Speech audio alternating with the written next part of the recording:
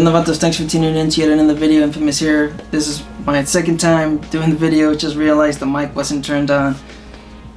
Alright, getting back into the whole event, the Pan America. I absolutely loved the event. Everything, Harley-Davidson hit every mark that I think everybody wanted to see. They hit the weight of the bike under 600 pounds, the price right under 19, right under 20,000 for the special, the one that everybody should probably be looking at. All right, not the starting one. That one starts at 17, 18,000. Good looking bike, but for all the features, all the rider assist, the adaptive, headlight, and all the other, and that cool classic, prototype paint job, the Baja, the white and orange, looks great. I'm a fan of the bike. It might not be a popular opinion, but I like the way it looks. It's a good looking bike. But overall, I think this is where Harley-Davidson needs to be going. The Livewire is a niche. I honestly didn't like them going into the Livewire, mainly because, working at the dealership and seeing the resources, the training, not to get too into it, but EV is just a different monster. And looking at the Pan America and looking at the Livewire, yes, these are two new bikes, two different bikes that haven't been offered by Harley-Davidson. But the thing is, with Livewire, you can't take that frame, you can't take that engine and adapt it to their other models. You can't use that frame on the V-twins, on the air-cooled, on the Rev Max, the new Harley-Davidson engine. You can't use that Livewire frame. You can't use that drivetrain, which is battery. You can't use almost none of that on any of Harley-Davidson other bikes. And Harley-Davidson with the Pan America, like I said, I like the direction they're going. I might not be in the market for any of these new bikes, maybe for the 1250 Custom, but it's just they have a modular design on the engine, on the Rev Max, and they have it on the frame itself. We've seen two other prototypes of the Pan America frame. Just the 1250 Custom and the Bronx. I believe both of those bikes are using the same frame that the Pan America is using, and I believe that's where their max profit for the brand, for the manufacturer, is to be able to use that same engine on different models. I mean, look at the M8 Softail. They're offering on all their cruisers and all their touring models. It's the same engine, and they're using it on all the models. And just having the resources, the R&D of the Pan America, it's just smarter on Harley-Davidson. And bringing that up, and then looking at Harley's history with the V-Rod, another specific bike model that they were only able to use that frame with that engine, with that V-Rod engine. And not to get not to make the video too long, like I'm trying to keep the video short, like I said, but if you've seen the how it's made, or the documentary of the V-Rod, it's a good video. I recommend anybody to look into it. But it's just one of those things where I don't know if Harley-Davidson has made their money back from that V-Rod. I mean, developing the manufacturing, just the manufacturing alone, the R&D, the development of the engine, the liquid cooled dual overhead cams, the manufacturing itself, having that frame, and then only just selling it on one bike, the profits, the possibility of them getting their money back. Like I said, the Livewire, it really narrows down their profits when it's just on one bike. And with them going into the Pan America, the 1250 Custom, and then maybe they'll probably bring back the Bronx. Who knows? Maybe they'll offer other types of bikes with this frame. Like I said, it's a modular design. I like it. It's not only the 1250. It's a few other CCs. Engines kind of like the Sportster, the Revolution engine. You have the 883 and the 1250. Same thing with this new Revolution Max. You have a few different displacements, options that you could go ahead and proceed with, and that just expands their profits by a lot more than just the Livewire, and that's what I like seeing. And going back into the Pan America, the event, absolutely amazing. I loved Jason Momoa in the videos. Jason Momoa has been a ambassador of Harley-Davidson for many years. I think maybe 3 or 4 years. I'm trying to have everything. Like I said, this is not scripted. He's been a Harley lover for many years. He loves the old school hardtails, the knuckleheads, the shovelheads. He loves the old school bikes, and seeing him in this one, I know deep down that I'm pretty sure he would rather ride a hardtail or an old school Harley than one of these new Pan America bikes. But he said a lot of good stuff, and being a fan of his, watching some of his videos on YouTube, working with Red, some of the camera manufacturers, and just so many things. I'm just gonna try to keep the video short. Pan America, great announcement, great technology, rider assist, a lot of modern technology. The frame, the 500, it's under 600 pounds. The price, everything, Harley-Davidson hit the mark, and just their live event from the 2021s.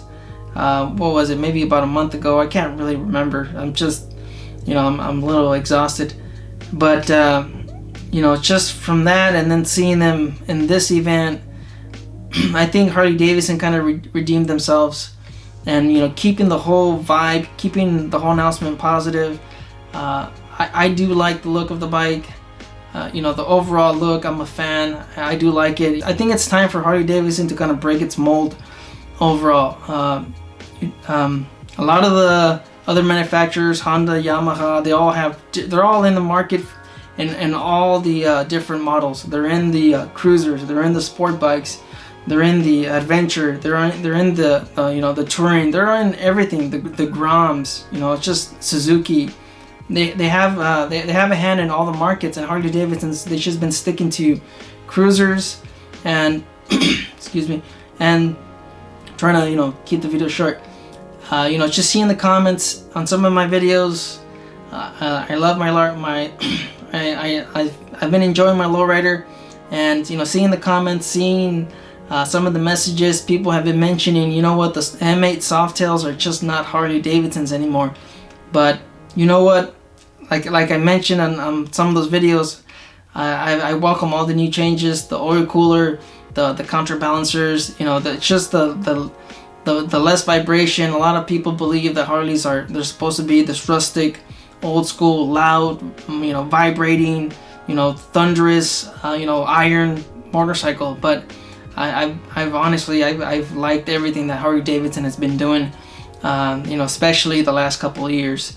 The FXDR, I don't know about that one, but the V-Rod, I think it's a good looking bike. But not to go off the topic anymore, but overall I like the event and everything that they offered. They offered so many different a whole lineup of gear, and a lot of add-ons for the Pan America, luggage, hard, soft luggage. They have a lot of different options. They also have titanium exhaust, like I was talking about in my other take. Myself being 5'7", I see these bikes and they're really I believe they're for riders that are 6 feet and taller. But what Harley-Davidson did with this bike, they actually added a lowering suspension, some kind of a adaptive, like I mentioned with their headlight, adaptive. I think adaptive just seems to be their overall focus with the Pan America. So when you come to the stop, it actually lowers, so it just makes it a little bit easier for the shorter guys like myself to comfortably stop the bike and just have a good foot placement foundation. Because when you're off-roading, it's just the terrain, it just depends on what you're going through. So just having a good foot placement can be a difference of falling over, dropping the bike, or getting yourself hurt. I don't know if you guys seen Biking Bird. He actually broke his back a couple months back, and it seemed like it was just an average fall. He fell off the bike. Turned out he broke his back. But you know what? Let's try to keep on topic. Everything amazing.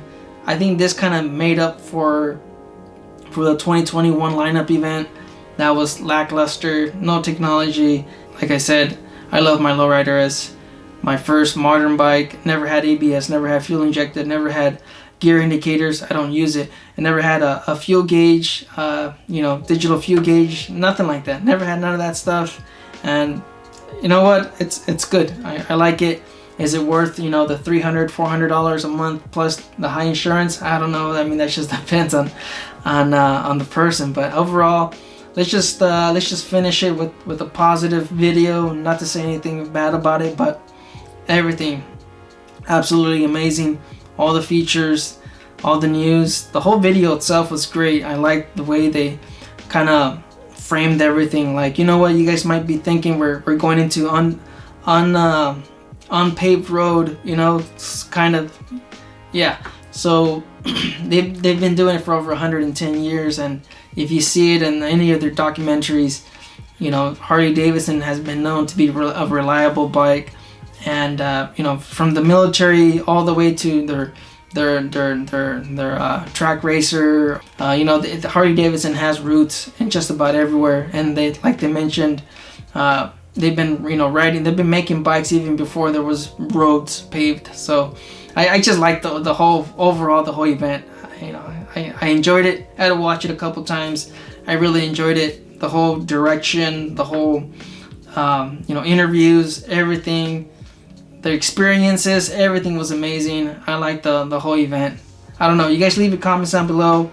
Let me know if you guys like the Pan America. I know a lot of people think it's ugly, but I really do like the overall look. And you guys just go ahead and leave your comments. I know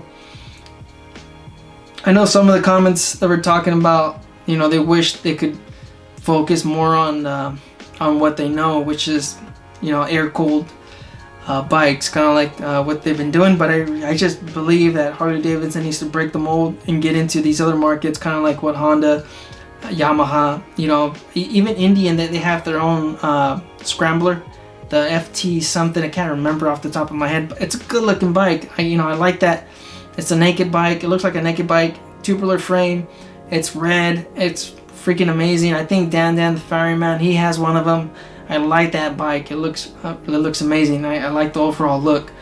Rambling a lot. I could go in 100 different ways with this video, but I'm just gonna try to focus on, I guess, the overall of Harley-Davidson being a Harley-Davidson still, especially since I've been seeing it on the messages with my Lowrider S. But yes, just leave your comments down below. Let me know what you guys think. If you guys enjoyed the event, do you guys like where Harley-Davidson is going? Do you like that Harley-Davidson's getting into these different markets?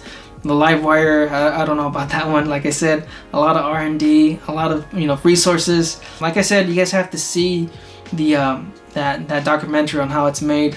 I absolutely loved it. Just seeing them on their focus on the engine, the sound, the feel, everything about Harley-Davidson, the engineers.